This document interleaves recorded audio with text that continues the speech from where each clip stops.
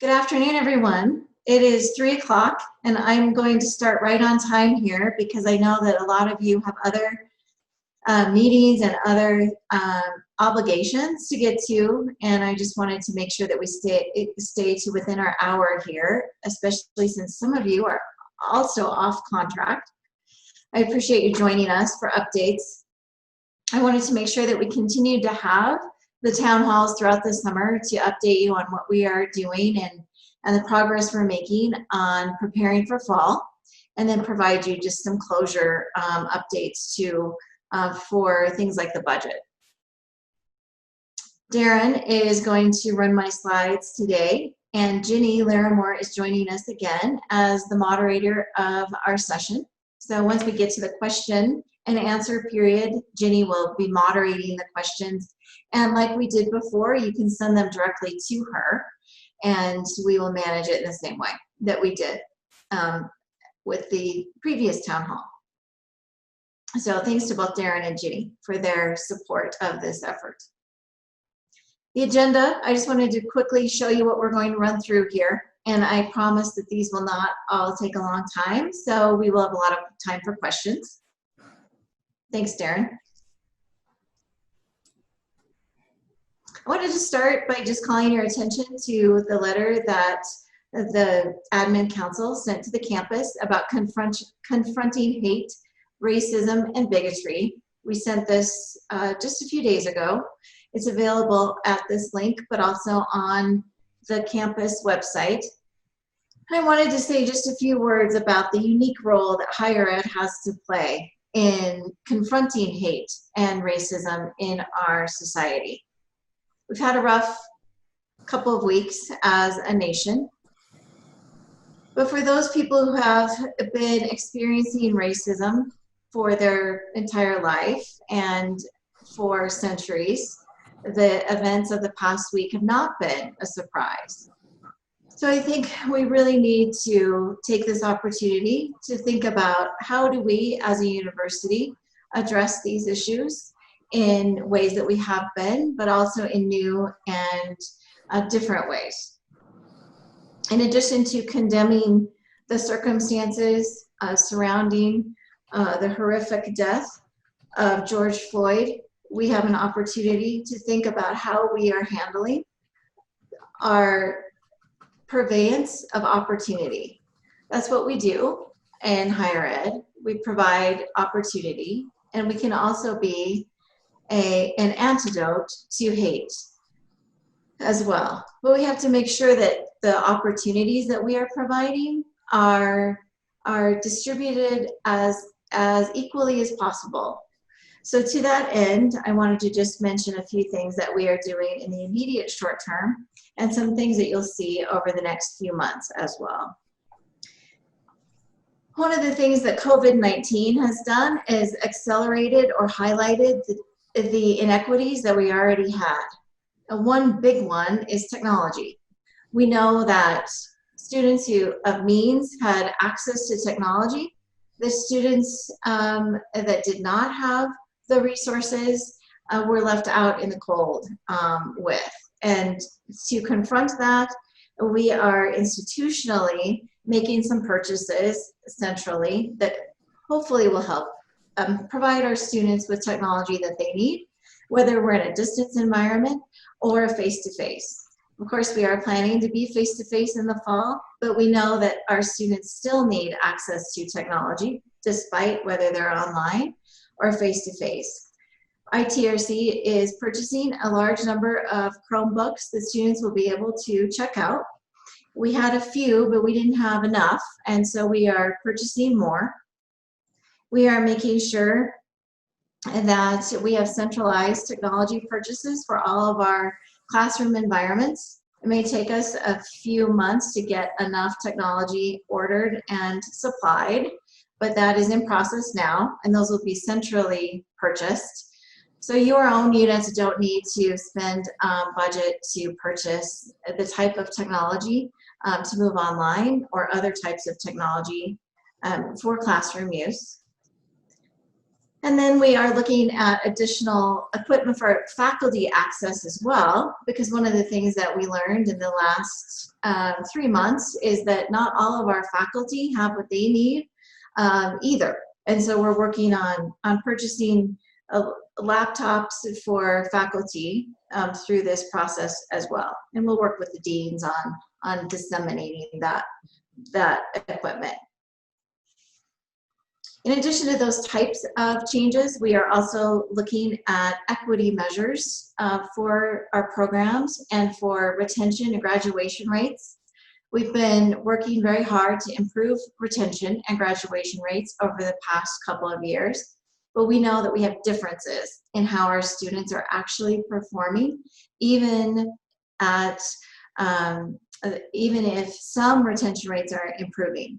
So while some populations have been improving, we don't see an equal distribution of that improvement, and we do need to think very hard about how to address that. We have work to do on that front, and we will be running some equity measure data so that you all can see what that looks like at the campus level, but also to the extent that we can run the data at the program level as well. And I'm working with our program health and viability team to think about how to implement or include some of these health and equity measures in that analysis as a baseline for the campus so that we can see how we are doing on equity measures as well as aggregate retention and graduation rate measures. In addition to that, you may recall that we have a program for instructional effectiveness that is focused on teaching and instruction, otherwise known as PIE. Karen Appleby is its director. We are moving that program at the request of the College of Ed, moving it to academic affairs, where we feel we can more centrally manage the processes associated with PIE and make sure that PIE's programming is being distributed evenly across the campus. So we'll be working with Karen. Karen will be looking at how to support faculty in our new COVID environment, but also looking at some of these equity measures that we talked about as well. Next slide, Darren. I want to thank Candy and Mark for joining me today to give you updates from their colleges. So I'm going to turn it over to them now. And we'll start with Arts and Letters and Candy. All right. I want to thank everybody for being here. I wanted to use this opportunity to share with you a little more information about the outcome of the budget process in the College of Arts and Letters. One of the things that was interesting to me and that I learned as a function of that process is the iterative nature of that process. So you've probably heard that recommendations came from all areas. Those recommendations went through the colleges to the provost office, to leadership council, and on up to admin council, and back and forth, actually. I think we were one of the colleges that the initial proposal was remanded back. We had to work through that several times. So as a summary of that whole process, I wanted to share with you information about the impact of the cuts. So if we look at personnel for fiscal year 21-22, recognizing that in our college, a lot of folks have notification rights, some of our budget cuts will not be realized in FY21, but actually in FY22. But we did have impacted individuals in really every category in the college. So we had individuals who were impacted in terms of classified and non-classified staff, graduate teaching assistantships, non-tenure track faculty. In the parentheses will become clearer on the next slide. Also our tenure track faculty, that includes retirements, anticipated retirements, program closures, so a variety of things within both tenure and non-tenure track faculty categories, and then some reductions in FTE. which means in the large scheme of things in the college, we ended up with about 19 positions that were impacted. Because we were not able to meet our budget cuts in FY21, and as allowed by the budget process, the college is also giving up some one-time money and some ongoing money. So in the college office, one time for this next year, we will actually see a cut in operating as opposed to those cuts occurring in the actual departments, individual departments, of about $60,000. Some of those cuts are a variety of things, but they're things that we thought we could get by without doing as a function of COVID being part of our ongoing future. So recognizing, for instance, that we're probably not going to do a lot of hiring. So there's some money there, less travel, things along those lines. We also took this opportunity to make some adjustments. So although we did a budget reset based upon the 2018 budget, that was a different year for some departments. And so we did some operating swaps, if you will. So some of the areas that had more budget authority than they actually had resources, we reallocated. So that ends up helping us balance better the operating expenses across the college. Next slide.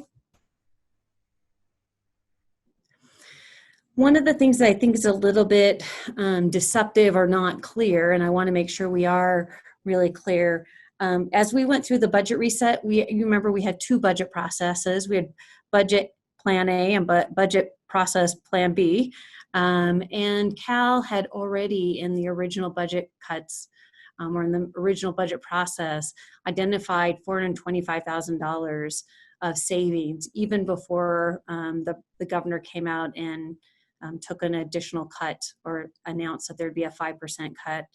And that actually amounts to about $425,000. And I believe when Angie and I did the math, that's about 2.6% of our budget. So we already had reduced our budget. We were hoping to get some of those things back in the form of more operating for various departments. We were hoping to get that back in terms of some advisors to help with central academic advising, but that didn't happen.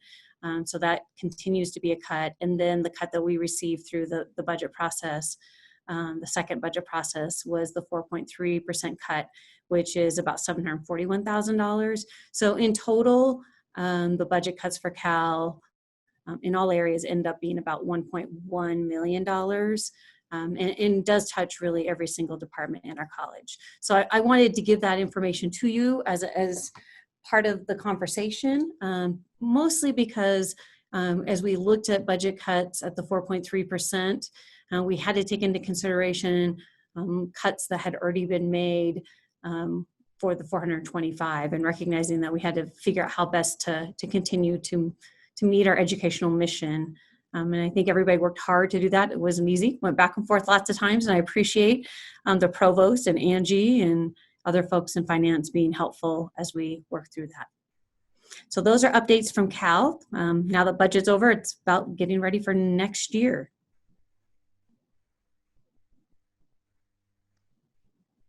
Thanks, Candy. Mark, updates for College of Ed. Well, excuse me. We have been through the budget ad nauseum in our college, so I don't think there's anything new. I can report for our partners in arts and letters that, of course, the College of Ed we met actually exceeded our budget cut expectations. We ended up giving up 3 positions, though one is not a permanent loss. We hope to recover that in a year. And then we gave up another staff position. We were fortunate in that we are generating some revenue through our professional development arm of the college. Actually, we're generating some fairly significant revenue. A couple years ago, we were generating none. And this year, we have already exceeded $300,000 in professional development. And Laura, you'd just be interested in knowing that TouchNet, which is our sort of our pay system that we use, went down this morning, and we had more than 60 calls from people trying to register for professional development courses that couldn't get in and pay. And it took us a good deal of time to get that worked out. But we're on track, we feel, to maybe reach our goal of $350,000 in revenue generation from professional development this year, which is really a credit to the people that work in that area. advertising and the promoting that they've done. So that's an important update. Our Masters of Arts in Teaching program continues to grow. We started that program about 2 years ago with 5 students, and we are over 100 students in that program now. It's an alternative certification program that leads to both initial teacher certification and a master's degree.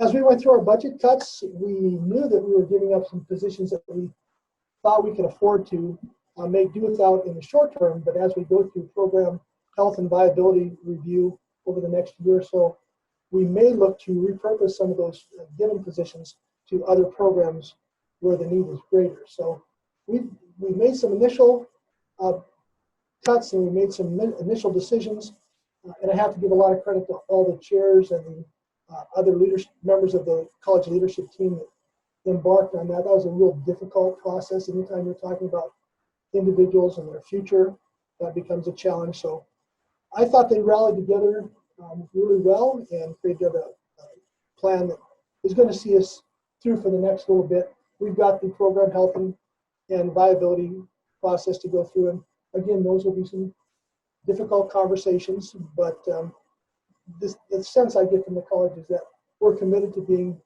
supportive of our students and our faculty and our staff and the needs of the university. So that's kind of a brief update on what's happening. Of course, we're preparing now for roaring back and trying to get more people back to work and prepare for our students arriving in the fall, God willing, and the creek doesn't rise. So we'll see how that all works. Thanks, Laura. Thanks, Mark. So I wanted to share some information about the university's budget as a whole, in addition to the updates that the deans shared. So we have a couple of slides related to that. I sent this out with Glenn. Glenn is on our call today, so if you have finance questions, Glenn is here to help me. I appreciate the help that finance has provided throughout this entire process. It's been a huge amount of work in the budget office to reset the budgets and to create a different process for the budget process at the institutional level. So I really appreciate the work in finance to making that happen. We have a couple of slides here to look at. The university roll-up gives you an idea of what this looks like at the campus level. This information is also available in the communications that have been sent out and posted on the Academic Affairs website as well. But I wanted you to be able to see here the impact campus-wide. We had permanent budget savings that came largely from vacant positions, and you can see that here at 4.5 million. 4.5 million reduction in vacant positions. We had a $2.2 million impact in filled positions. We had a $900,000 approximately impact in irregular salaries and temporary expenditures. Now for the academic units, this is largely adjunct funding or money that was used to pay stipends or in some cases summer salary. A lot of that comes out of the irregular salary budget. Campus-wide, it looks different, of course, and some of this was certainly in the non-academic units, but for academic units, definitely that was the adjunct budget impact. And then operating expenditures, you can see we had a big operating expenditure hit here at 3.6 million. And then we had some new revenues. Mark mentioned new revenues in his update. New revenues campus-wide of about $480,000. This totals a permanent budget savings of more than $11 million. And as Glenn will tell you, this successfully closed the structural budget gap that we have been struggling with for a couple of years. And for that, you all deserve big kudos for these difficult decisions that led to closing that structural gap. In addition, one-time budget savings were needed to manage some of the requirements at the state level and the impact also of COVID. You can see that here in salary savings and the employee furlough program. Salary savings of 2.7 million and the employee furlough program estimated to be $2 million. We can certainly answer questions about that furlough program as we get into the question and answer period. So one-time savings of 4.7 million. And then savings by division. I thought you might be interested in seeing the savings by division here. Academic affairs units, that includes all of the academic units outside of the health sciences, contributed 3.8 million, and that came to 4.8% of the total budgets that are included in academic units outside of the Division of Health Sciences. The Division of Health Sciences contributed a little over 2 million for a percentage total of 4.8 as well. So the academic units came in at 4.8%. Office of Research was at 5.8% at a little over 300 or almost $400,000. Athletics, you can see athletics here at 326 for 4.1%. Student affairs and enrollment management at 1.2 million for 4%. University advancement at 260,000. Of course, these real numbers represent differences in the total budget as a percentage of the university's budget. But university advancement at 260, which was a 6% reduction. A lot of advancements funding also comes from the foundation, so that and the foundation has worked to readjust its own spending during this time. Finance and business affairs, 2.6 million for a total of 6.6%, and then the Office of the President at over 850,000 for over 13% in terms of permanent reductions. And then campus-wide savings by employee group, you can see this was distributed across all of the employee classifications. Classified staff at 3.8%, 1.1 million. Non-classified staff represented 6.7% at 3.3 million, and faculty at 2.2 at 3.3%. Next slide. So for academic affairs, this would be those units reporting up to academic affairs that are not in the Division of Health Sciences. You can see how that breakdown looked by college. We've talked already about Ed and Arts and Letters here. So you can see the rest of the breakdown in the rest of the colleges here as well. Grad school, I wanted to say just a couple of things about the grad school. The grad schools, the majority of the grad school's budget, the vast majority of it actually, is in a GTA pool that's distributed back out to the colleges. That pool was removed from this exercise because we chose not to cut GTA funding, and actually increased GTA funding in the budget exercise. By doing that, it meant that the grad school only looked at the piece of its budget that does not include GTA funding, and 5% of that was 56,000. So if you have questions about why the disparity for grad school, that's the reason we took out that GTA portion. Total academic affairs savings, again, 3.8 million. And then in the Kasiska Division of Health Sciences, for a total of 4.8%, distributed across the colleges in the following ways. Certainly, if you have questions about what this looked like, we can answer those. Rex or I can answer some of the questions associated with this distribution if you have those questions. We have a lot going on. I'd say a year ago, if someone had told us we had all of these things happening, I'm not sure we would have believed it. So you all have taken on a huge amount of work that was unforeseen, and we didn't even have any idea we would be doing.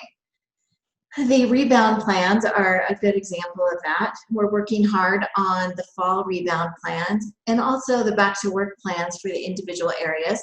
Many of you have already had your dean have your rebound plan approved through the processes. but we have a university rebound plan. We're showing the link to that here. We have 4 university committees working on fall.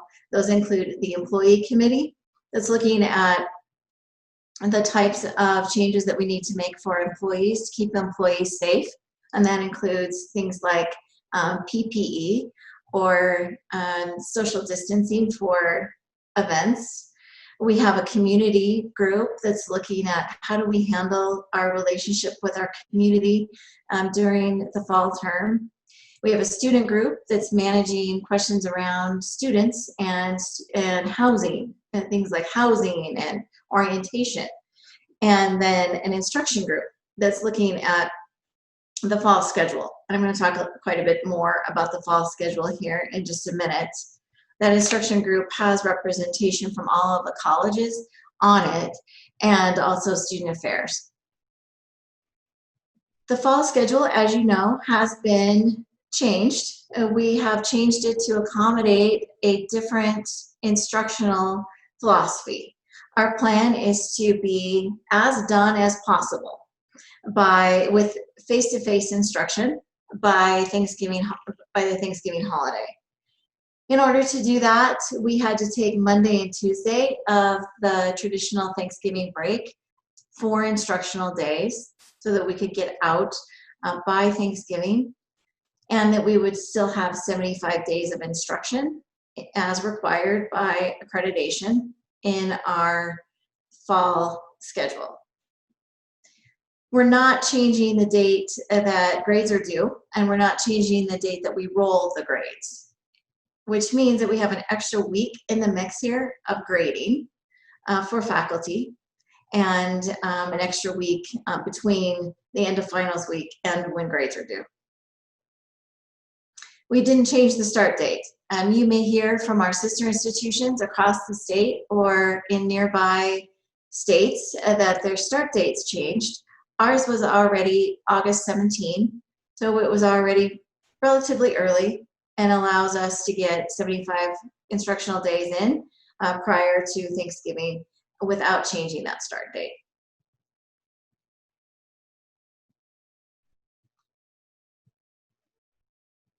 I wanted to say a little bit more about the instruction working group. They are working really hard. They've had some lively debates. I'm going to just say this is a big lift. This is a really hard thing to do. And moving 100% to distance with very short notice under pretty stressful circumstances in the spring was a hard thing to do. Preparing for a face-to-face start in August with modifications and meeting CDC guidelines and ensuring that our students are in a safe and our faculty are in a safe environment is an equally, if not more difficult thing to do, because the fall schedule is already, of course, already set. We're working within usually we're 6 months ahead on scheduling. So we are redoing the fall schedule, essentially, and doing it with what we're calling an evaluated classroom capacity model as opposed to a percentage. So instead of saying that all courses will go to a 50% capacity, we are looking at what the classroom will accommodate with a 6-foot social distancing norm. We're doing that because the CDC requirement is that we look at 6 feet of social distancing for public spaces in higher ed, including classrooms. So we're meeting that CDC guideline in doing this, but what it means is pretty significantly reduced capacity in all of our classrooms. And I'll talk a little bit more about that here in a minute.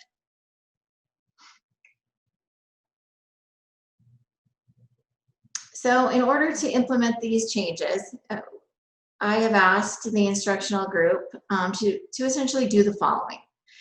And this has been through admin council as well, and also our health team has approved this. So first and second year courses will be prioritized for face-to-face delivery. And that's because we are concerned that we're going to run out of actual physical infrastructure footprint before we get to 300 and 400 level courses, or that we won't have enough footprint to cover all 4. And we wanted to make sure that incoming new freshmen had an opportunity for a face-to-face experience. So that's why they are prioritized. We want social distancing based on 6 feet of distancing. I already talked about that's the CDC requirement for higher ed. All spaces on campus will be prioritized for instruction. So that means that we are looking at everything. We are looking at everything in the student union. We are looking at everything in the Performing Arts Center. We are looking at common spaces in the student union. Now, some of these spaces might not be conducive to a good student experience, so we're trying to balance that. But we are looking at every space on campus, and they've all been prioritized for instruction. Now, there is an exception to that. I was asked about Holt Arena this morning. Holt is currently on hold for instructional use because we don't know the outcome right now of athletics in the fall. Pauline and I have had a conversation though where Pauline said, you know, I can't give you Holt Arena until we know for certain that we're not going to be playing sports. And of course, right now, the assumption is that we will be having sports in the fall. And so Holt Arena is not part of the mix right now, just to be clear about that. And then technology. As I mentioned, we are looking at purchasing cameras and laptops and many other components centrally to increase instructional flexibility. We haven't identified which classrooms necessarily at this point will get that enhanced capability, because we will be re-rooming before we actually do that technological work, because there are some courses that don't need the technology and are already very small. Many of the grad courses would fall into this category. They haven't asked for additional technology, and they have 5 students in them. We think we can accommodate them in a classroom that does not have technology. So we're working through that on the schedule. Next slide. We have about 5,000 sections we're dealing with right now. That does not include early college. So if it seems low, that's the reason. We had 6,800 sections in the spring that we moved to a distance environment. So this doesn't include those early college sections that have yet to be scheduled in the high schools. And we don't know what high schools are doing right now either. So we've set those aside. But it includes everything else we have on the fall schedule that we scheduled. In order to do this, we're going to freeze the fall schedule for about 3 weeks while we re-room and evaluate the schedule with these priorities in mind. We're going to move some courses based on distancing requirements, because we will have a course that is not in a big enough space, so we'll try to move it into a bigger space. We'll consider all large spaces on campus for this purpose. And right now we are in the process of gathering the facility services information on what we're calling COVID capacity. Facilities is about 80% done with this process. So they've gone through every classroom on campus. They might be closer to 90% today. They've gone through every space on campus that's been labeled a classroom and evaluated how many students it will seat with the new 6-foot distancing requirement. I can give you some ideas of what that means. The planetarium has traditionally seated about 175. It's down to just under 45 for COVID seating, COVID capacity. So we're seeing pretty significant reductions in the number of seats our classrooms will accommodate with this. One of the things that we initially wanted to do was to preserve everybody's schedule, including faculty. So my original direction to the fall scheduling working group was that they couldn't change anybody's schedule. They couldn't change faculty's time of day, and they couldn't change student schedules. But it became apparent as facilities has been moving forward with their analysis that something had to give here. We didn't have enough footprint to accommodate everyone between the hours of 9 and 3 and not change schedules if we maintained 6 feet of distancing and if we maintained face-to-face opportunities for students. So in order to do those 3 things, maintain face-to-face, maintain social distancing, and also accommodate all of our sections, we couldn't not change schedules. We would have had to let something else go. And I'm committed, as is Kevin and Admin Council, to making sure that safety remains a priority. And so we didn't want to give up 6 feet of social distancing. Now, that's going to seem really awkward in some of these spaces. There's no question that we're going to have just a scatter of students in a very big space. And we can reevaluate this as we go forward. Right now, that's what we know to be true, so we are setting up the schedule based on that. If we get to fall and all of a sudden we have much less concern about community spread, or if once we get to fall that we're very fortunate and we have access to a vaccine or something else that changes the outcome, we may reconsider that 6 feet of social distancing, but for now that is the standard that we will apply to every section. Because of that, we will have to change some schedules. We'll have to change some student schedules, and student affairs will be reaching out to students about that, and we will have to change faculty schedules. We've asked the deans to identify the individuals they want us to contact about those needed changes, and we'll work through the colleges and the department chairs on those changes as they're identified. I want to make sure that it's clear that we haven't identified all of those needed changes yet. That's in process because facilities isn't done with its own analysis, but once it gets there, we will crosswalk that with our current schedule and start making those determinations, and then reach out to the colleges and to the departments about the courses that have been flagged for changes. Next slide. Some of this information has been included in instructional memos that have gone out.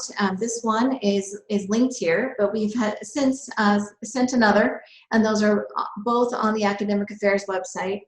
You can expect to see more information coming forward about this as we move forward, certainly probably from deans and from your chairs. If some of your sections are being asked to move to a different time of day, or part of it move online, there are a number of things that could happen in this scenario here. Given that our capacity is much lower, our footprint is smaller than it was 2 months ago when this schedule was first made, we're going to see some enrollment, we're trying to avoid enrollment impact. We are going to see some workload impact. And I recognize that is a challenge. And we're asking you to do that after already moving to a distance format in the spring, enduring budget cuts, which have been very difficult for many of your units, reductions in adjuncts funding, and furlough days.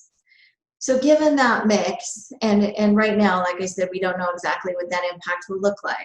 I have asked the deans, and I'm working with, I haven't had the conversation with Faculty Senate yet, but I'm working with the deans on thinking about how do we reduce service loads for faculty in the upcoming year. And the things that we can do in the Provost's office to lower service loads, we will be doing. One of those is to suspend program reviews that are not related to accreditation requirements for the following year, as an example. We're looking at some other examples as well, but I just wanted to give you that information that I know this will have workload impact, because more contact hours may be needed to cover the same number of seats in some cases. And in those cases, we need to look at how to address the workload challenges around that.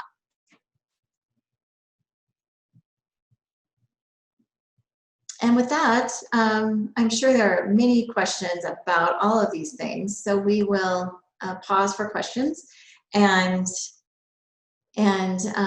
those questions can go to Ginny, and Ginny will moderate for us, and it can be for Candy, Mark, or myself. Great, thanks, We Laura. already have one.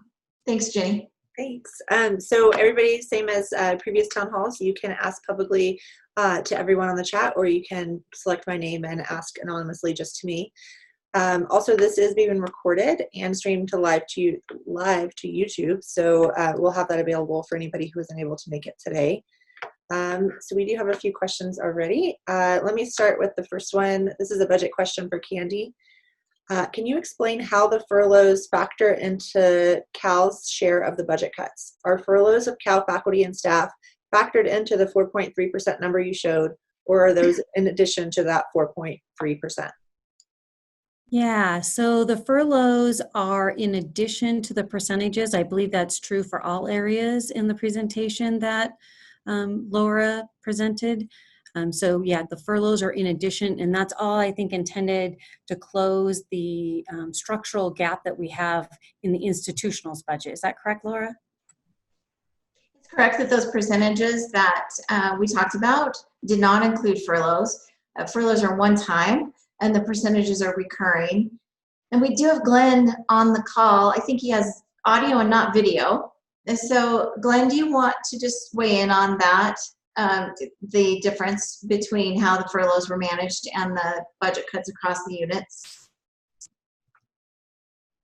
I think we have Glenn. Laura, I did not see him unless he's one of the phone. Oh, he texted me a little while ago. Maybe he's having some difficulty. One of the slides does show this, though, and we could go back to it if we have time at the end to show that the percentages of recurring budget cuts that met the structural deficit at the institutional level did not include furloughs. Furloughs were a one-time stopgap measure to address the one-time budget requests made at the state, and also the COVID impact that we are experiencing. And one of the reasons why we did not want, and Darren's showing that again here, one of the reasons we need everyone to take their furlough days in a split environment, half in the fall and half after January, is because we aren't certain that we will need that full amount. You can see there at the bottom that one-time budget savings for 2021 represents 2.7 in salary savings. That's one time. That's funding that's resulting from unspent salary in salary lines that we will eventually fill. And then the employee furlough program at $2 million. We may not need that full $2 million. So we don't want people to take all of their furlough days in the fall or summer and then find out that we don't even need more furlough days, and that will be evaluated. I know that's frustrating though, because some of you want to take your furlough days all together, but we just want to make sure that there's equity in how we handle that process. I did have a question, Ginny, that came just to me, and I'll just take a minute here to answer that. The question is, there is some confusion among faculty and students about whether online courses, as well as face-to-face, will also follow the shortened schedule and finish by Thanksgiving. That's a great question. Online courses that are already scheduled, we have 700 sections, a little more than 700 sections that were already scheduled that are face-to-face now. Those sections will have choice. Because we do have an online finals week that comes after Thanksgiving, and that is a week earlier than our traditional online finals week was. But some of our online courses have some accreditation requirements and some licensure requirements that they will need to complete, and they have been planning on utilizing those 2 weeks after Thanksgiving to do that. As long as they're 100% online, they can do that through an exception process. They just have to let us know, and we're working on what that exception process will look like. That's true for some face-to-face courses as well. I said that we want the majority of face-to-face done by Thanksgiving, and that will significantly reduce our risk of having infection brought back to campus during flu season. But it doesn't mean that every face-to-face instructional course will be completely done by Thanksgiving. There will be an exception process for some. CTE courses, for example, are in a situation where many of them have hands-on requirements that are linked to licensure. They may need more time in the lab, for example. That's part of the reason why we didn't officially shorten the term, to provide some flexibility for those exceptions. We'll have some clinical placements, for example, as well, that won't complete until they get to the end of the term. So there will be a few exceptions in the mix. But for the vast majority, our expectation is that even for online, that the completion of the course will happen by Thanksgiving, and then there will be an online finals week to follow. Okay. Laura, a couple of follow-up questions in this category. Can some classes be split into hybrid classroom spaces, half physical, half online? Jenny, can you rephrase that? Can you ask me that again? Yeah, Sorry. absolutely. Can some classes be split into hybrid classroom spaces, so half in person, half online? Yes, and we are asking though in those cases that we're calling that high flex, and there will be a number of high flex courses on the schedule. We will denote those in the schedule, and that will be part of the rerooming, rescheduling process that we are going through right now. And so if you want your course to be half online, half face-to-face, then that's a high flex course, and we just want to make sure you share that information with your chair, and that your chair is aware of that as we start rerooming and rescheduling the courses. Now, we think that high flex will take, that we will have a lot of high flex courses, and that those will really help us manage our footprint. But it's not a 50-50 split. So it doesn't mean that 50% of the class will still be in the class, because we've got to take the capacity, the COVID capacity into account here. So even in a high flex situation, we might have to move the class as it's currently scheduled to a larger space. Okay. And then by when do we hear about any changes to faculty's schedule? We hope that we will be able to get the majority of the analysis of the facility spaces done this week, and then the analysis on the course schedule itself done next week, with notification to faculty through their chair by the week after that. So we're looking at a 3-week window here. The registrar's office tells me this is 3 weeks is optimistic, but I'm choosing to be optimistic about what this will look like, and providing a little bit of pressure as well. And so I'm asking for patience with the registrar's office. We're putting a big lift on them, and patience with each other and everyone in this process. It's not what we would have, if we would have created this plan, it would not, if we planned for this, wouldn't look like this. We'd have classrooms that could actually accommodate 6 feet of distancing. We'd have a class schedule that looked different to start out. So we are building the plane while we're flying it here, and we've been doing that the whole time. That means we're going to make some mistakes. That means that we're not going to get every question answered.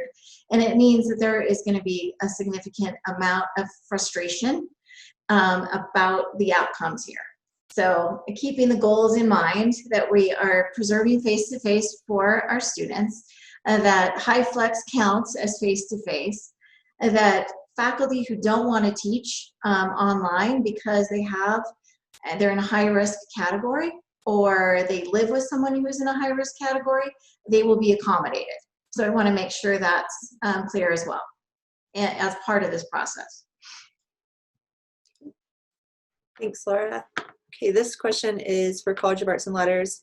How are decisions about non-renewals of contracts being made? What criteria are being used to decide why one person and not another person's contracts have been or will not be renewed? Yeah, so that's a great question. I think the one thing we have to keep in mind is that these recommendations were all given to the departments and the chairs. Those recommendations came forward, but there was one kind of guiding principle for all of us, and that was set forth from our perspective by the president when he talked about how recruitment and retention had to be our number one priority. So we were looking at where and how can we make adjustments so that we can continue to deliver our educational mission, and where do we have coverage, where can we make this happen, and how can we not negatively impact all the other areas across campus that we collaborate with. So Cal is complicated, I think, in some ways, because we offer curriculum that's necessary for the Division of Health Sciences. We offer curriculum that is critical for folks who are going on in lots of different disciplines across the campus. And so we have agreements to have a number of courses, and then making sure that we could still deliver all of our general education mission as well. So it was a very complicated process. And again, we worked on it multiple times, providing a variety of options, kind of moving up and down the chain. But it really was thinking about how can we cover the curriculum and have the minimal impact on students in that mission. Thanks, Candy. Follow-up question, moving forward, and this is for faculty specifically, moving forward, how does Cal leadership plan to address low morale and or fear of retaliation? Well, I think there's always low morale when we're dealing with a situation where we've had layoffs, where we're looking at furloughs, where enrollment as an institution is not where it needs to be. For us, I actually think the enrollment and the budget cuts come at a really huge cost. We were actually for spring semester, at the end of spring semester, so end of term, we were actually up 10.2% as a college and major. So it's very, very difficult to try to figure out what is the right mix of curriculum that's necessary. I'm hoping that over time, as enrollment continues to grow and we get students back and we recover from COVID-19, that we will be able to come together as Cal always has, and be collaborative and find some ways to go forward in a healthy manner. I feel like ISU as a whole is in a really great place. We have a president, and this may not be a popular thing to say, but we have a president for the first time in a long time who really supports our mission. And I think it's really important, much like many things that are happening in the world right now, that we support each other and we build relationships that will sustain ISU. And that means in all areas in our community and in our high schools and really across the board. Okay, thanks, Candy. One more very specific budget question. Could Candy please explain the 7(3) line item in the Cal budget NTT faculty cut? Yes, I meant to talk about that. So if you look at the non-tenure track cuts, we actually last year notified 3 individuals. Over the years, Cal has been able to build programs that we otherwise would not have been able to build by looking at where we have areas of underperformance, where enrollment isn't demonstrating the same level of interest that it might have been before. So for instance, reallocation internally in the college has resulted in us developing and creating a very successful Master's of Social Work program. It has also helped us in other areas in terms of creating fully online MA and Spanish programs. So that was our hope when we went into this year, that we were operating under kind of the same rules of engagement for growth, and that didn't really happen. And so instead, what happened is those positions, those 3 lecture positions plus some other monies, were actually part of our budget reset from the base before we actually even started to do the cuts. And so when we had to look at cuts, we had to really take a look at the whole package. We had to say, okay, all this has already been cut. So what else can we do to meet the 4%, 5%, and 6% objectives, knowing that we've already lost $425,000. So it has been and continues to be a pretty big challenge. Thanks, Candy. Next question. Will currently low enrollment sections of first and second year courses actually be an advantage in terms of face-to-face COVID distancing and therefore not be canceled?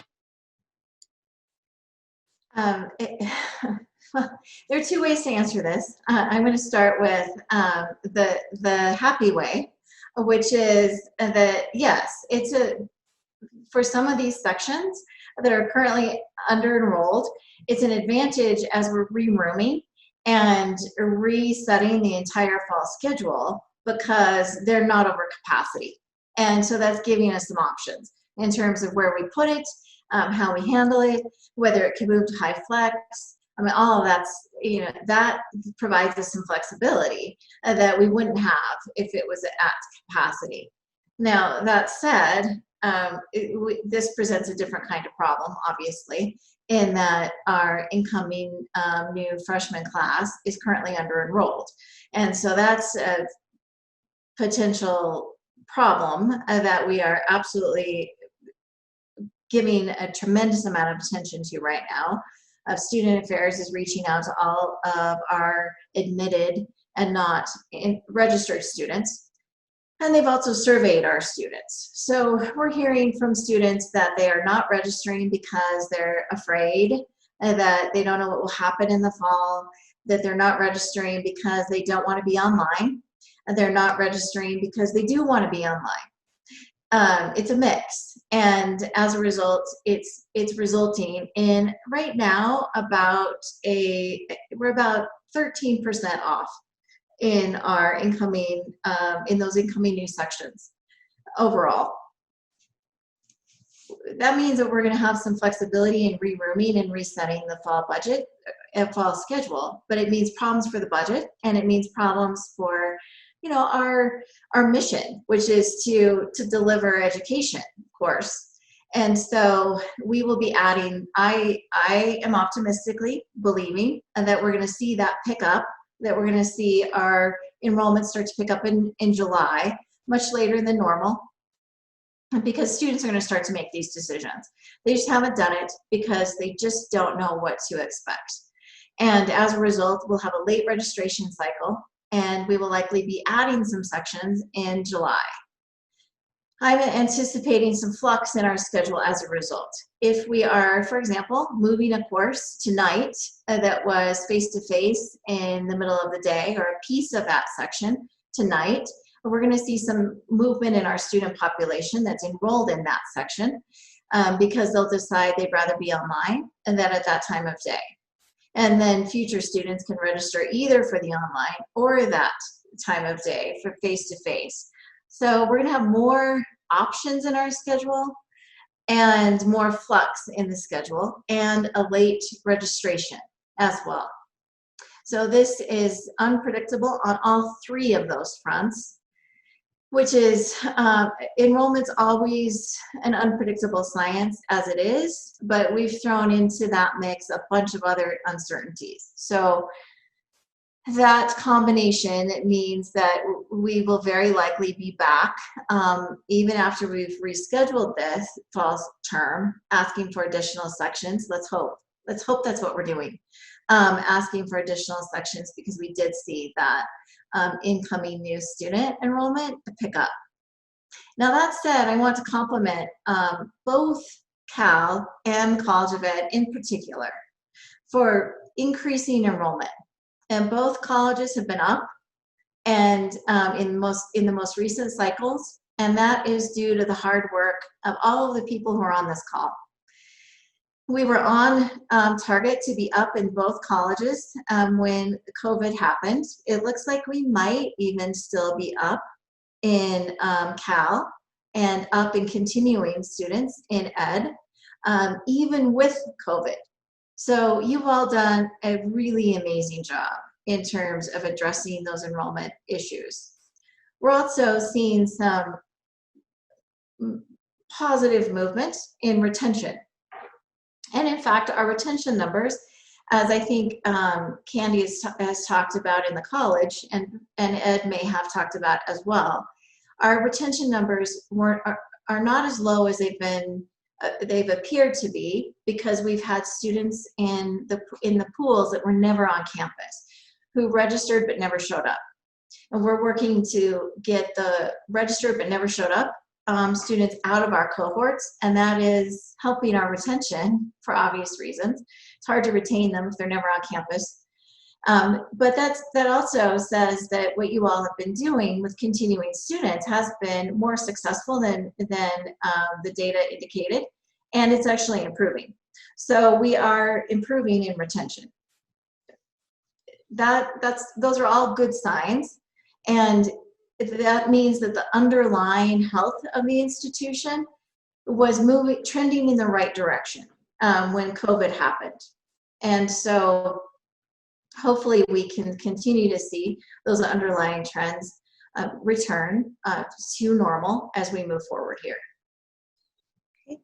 Laura, we're coming up, well, actually we're at the hour, so I think I have time for one more question, and then I will take the remaining questions offline and send them directly to you and Mark and Candy and get those answers to the askers. So last question before I turn it back over to you.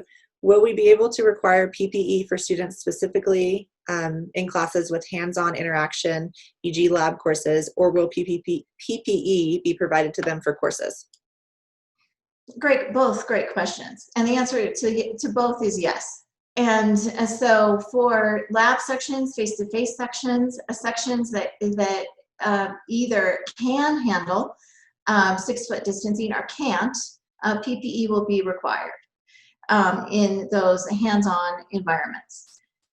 The way that will work is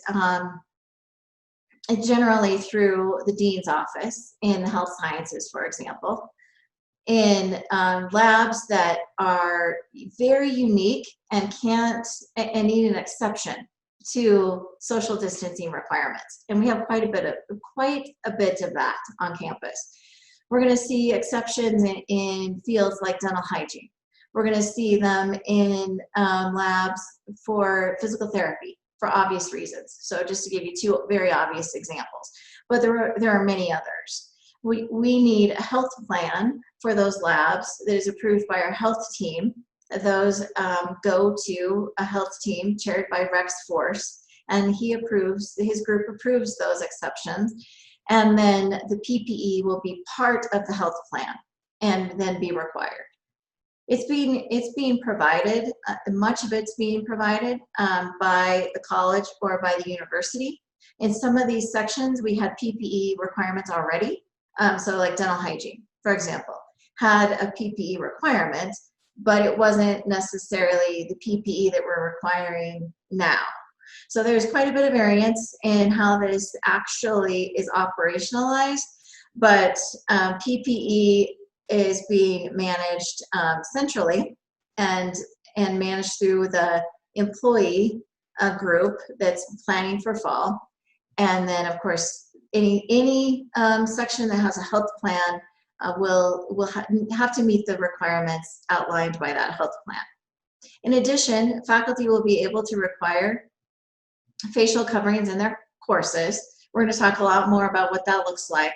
The campus as a whole is going to make a recommendation about that within the next couple of weeks. We will be posting on the classrooms a language about the expectation the face coverings will be used in class. Now, of course, if that is lifted between now and September, we would address it. But for now, we will post that on classroom doors. There are a number of other measures that we will take. Students will be given face coverings as part of orientation, but we will have other ways for them to get them if they forget to bring them to class. Faculty will be given, all employees will be given face coverings. We're working on a proposal in the instruction group that will result in faculty receiving a face shield as well as a face covering, because we want faculty to have choice in what they use in the classroom, and the shields are a little better in terms of lecturing and also for hearing impaired students to be able to see what faculty are saying. So we're working on all of these elements in the mix. Your budgets will not have to pay for those. for that equipment. Those will be distributed as part of the Welcome Back to Campus package that we're all going to be getting. So, back to the question about labs and PPE, make sure that you have a health plan that goes through your dean, and that it's been approved by the health team, and that as part of that plan, everybody adheres to the PPE requirements.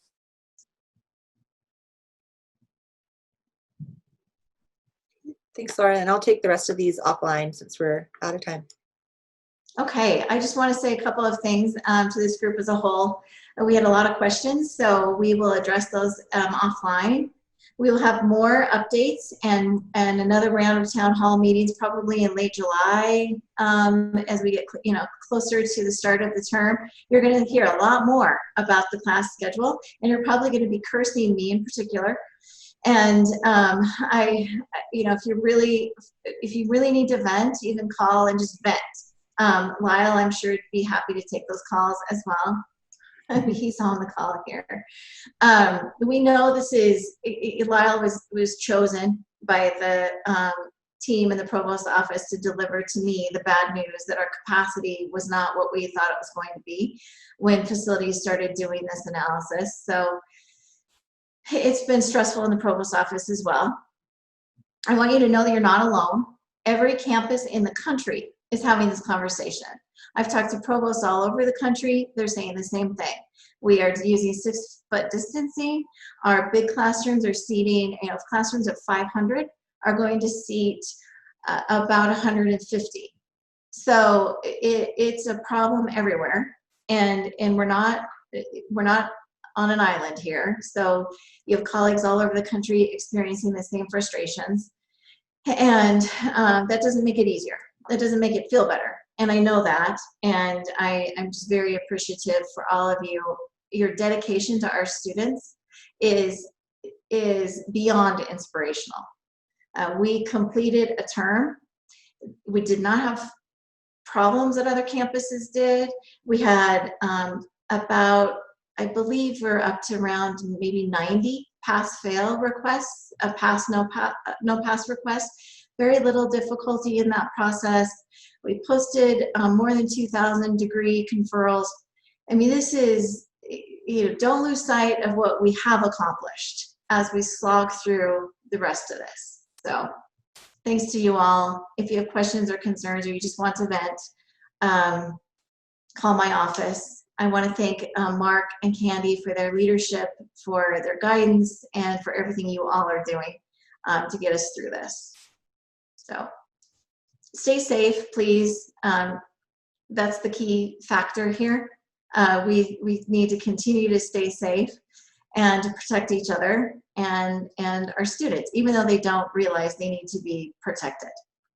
They do. So I appreciate all of your efforts.